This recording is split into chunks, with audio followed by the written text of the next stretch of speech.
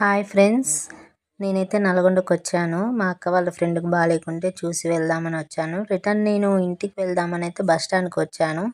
తీరా బస్ స్టాండ్కి వచ్చి చూసేసరికి జనాలు అయితే మామూలుగా లేరు ఫ్రెండ్స్. ఎంతమంది అంటే స్కూల్ టైం ఇప్పుడే, కాలేజ్ టైం ఇప్పుడే, పనికి వెళ్ళొచ్చే వాళ్ళ టైం ఇప్పుడే, ఈవినింగ్ అయిపోయింది. జనాలు కూడా ఎక్కువైపోయినారు. అసలు నా ముందు నుంచి అయితే 5 బస్సులు వెళ్ళిపోయినాయి కానీ ఫ్రెండ్స్, నేనైతే ఒక్క బస్సు కూడా ఎక్కలేకపోయాను. ఎందుకంటే పబ్లిక్ చూడండి ఎంతమంది ఉన్నారు. అసలు ఎక్కేటందుకైతే ప్లేసే లేదు. నేనైతే ఆ నెక్స్ట్ బస్కి వెళ్ళొచ్చులే అని నా ముందు నుంచి 5 బస్సులు వెళ్ళేదాకా చూశాను. చూడండి మీరే ఎట్లా అసలు ఎవరికైనా ఓపిక లేదు, అట్లనే ఎక్కుతారు. చిన్న చిన్న పిల్లలు కూడా ఉన్నారు.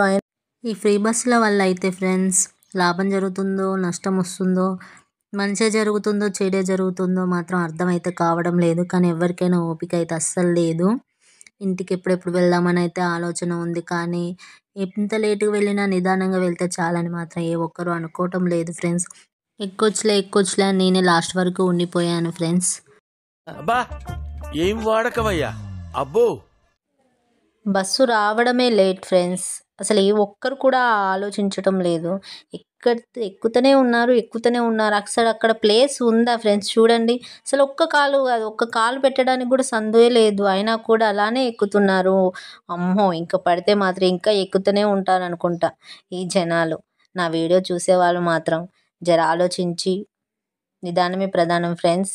లేట్ అయినా పర్లేదు, అందరు క్షేమంగా ఇంటికి వెళ్తే చాలు.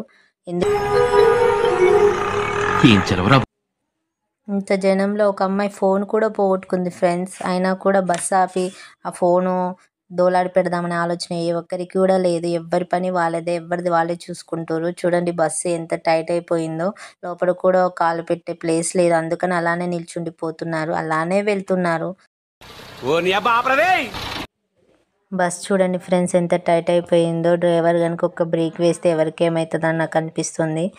ఈ ఫ్రీ బస్సు అనగానే మనం అందరం సంతోషించాం. కానీ ఇప్పుడిప్పుడే తెలుస్తుంది రోజు రోజుకి ఇబ్బందులు పెరిగిపోతున్నాయి.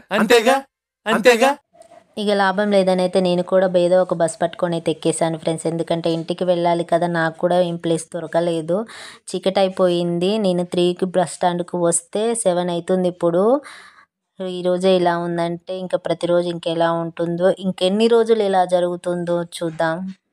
మీరేంటో మీ విధానాలు ఏంటో ఇప్పటికి నాకు అర్థం అవరో బాబు. हे प्रभु हे हरि राम कृष्ण जगन्नाथ प्रेमानंद, ये क्या हुआ?